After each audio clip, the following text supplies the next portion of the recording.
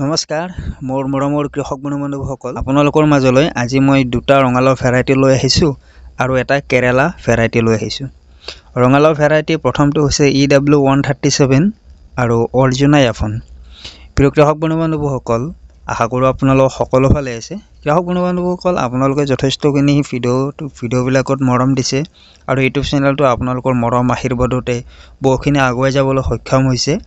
আপোনালোকলৈ এটি সৰু অনুৰোধ যে আপোনালোকে ভিডিঅ'বিলাক যিমান পাৰে সিমান আপোনালোকৰ খেতিয়ক বন্ধুসকললৈ শ্বেয়াৰ কৰিব। লগতে আপোনালোকে ভিডিঅ'বিলাক একোটা লাইক কৰিব। লাইক কৰিলে আচলতে ভিডিঅ'বিলাক বনাই ভাল লাগে। আৰু যদি ভিডিঅ'বিলাকত কিবা ভুল হয় তো আপোনালোকে মোক কমেণ্টৰ মাধ্যমেৰে জনাব পাৰিব। তো বলক এতিয়া মূল কথালৈ আগবাঢ়ো। খেতিয়ক বন্ধুসকল একোটা কোম্পানীৰে ইষ্ট ৱেষ্ট চিড কোম্পানীৰে হয় EW137 আৰু অৰ্জুনা F1।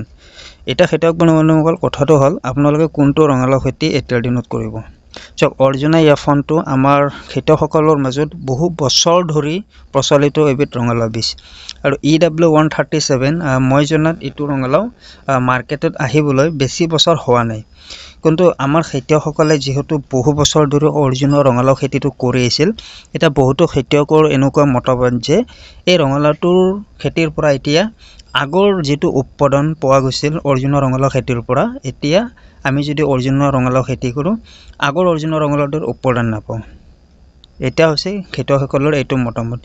তো তেনেস্থলত আপোনালোকে যদি ভাবে যে অৰ্জুনা ৰঙালাও খেতি নকৰি আমি বেলেগ ৰঙালাও খেতি কৰিম তো আপোনালোকে একে কোম্পানীৰে ইষ্ট ৱেষ্ট চিড কোম্পানীৰে EW137 এইটো ৰঙালাও খেতি কৰিব পাৰে। খুবেই ভাল ৰঙালাও খেতিয়ক বন্ধুসকল 90-95 দিনত আপোনালোকে চপাব পাৰিব।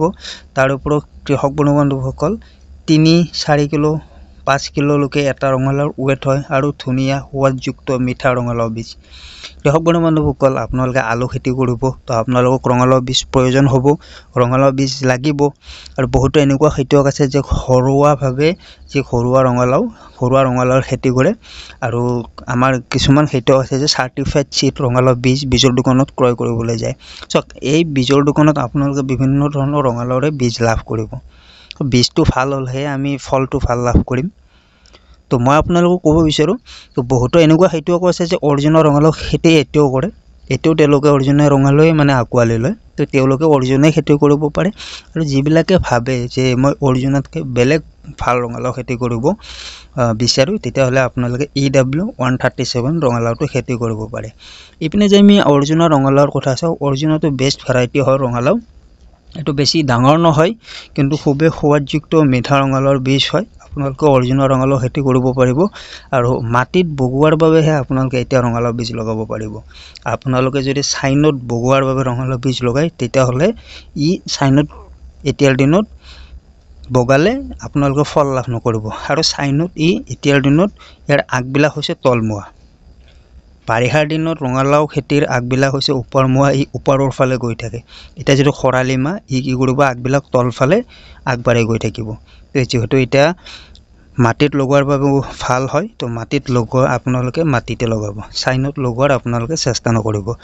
ইয়াৰ উপৰি ধৰি এটা বীজৰ খেতি 2 বছৰ 3 বছৰ কৰিলা তাৰপিছত আপোনালোকে এটা অন্য বীজ আঁকোৱালি ল'ব লাগে। কাৰণ এডোখৰ জেগাতে বাৰ এটা জাতৰ খেতি কৰি থাকিলে পিছলৈকে তাৰ উৎপাদনটো কম হ'ব পাৰে। তো আপোনালোকে এনেকৈ সলনি কৰি থাকিব। তো খেতিয়ক বন্ধুসকল কেৰেলা খেতি কৰিলে আপোনালোকে কালাছ কোম্পানীৰ এইটো কৰিব আৰু ৰঙালাও ইয়াৰ দুটাৰ যিকোনো এটা খেতি কৰিব পাৰিব। তো আশা কৰোঁ খেতিয়ক বন্ধুসকল আপোনালোকে ভিডিঅ'টো চাই কিছু ভাল পাব। তো ভাল লাগিলে লাইক কৰিব, শ্বেয়াৰ কৰিব, কমেণ্ট কৰিব, লগতে চেনেলটো ছাবস্ক্ৰাইব কৰিব। তো ধন্যবাদ, জয় অসম।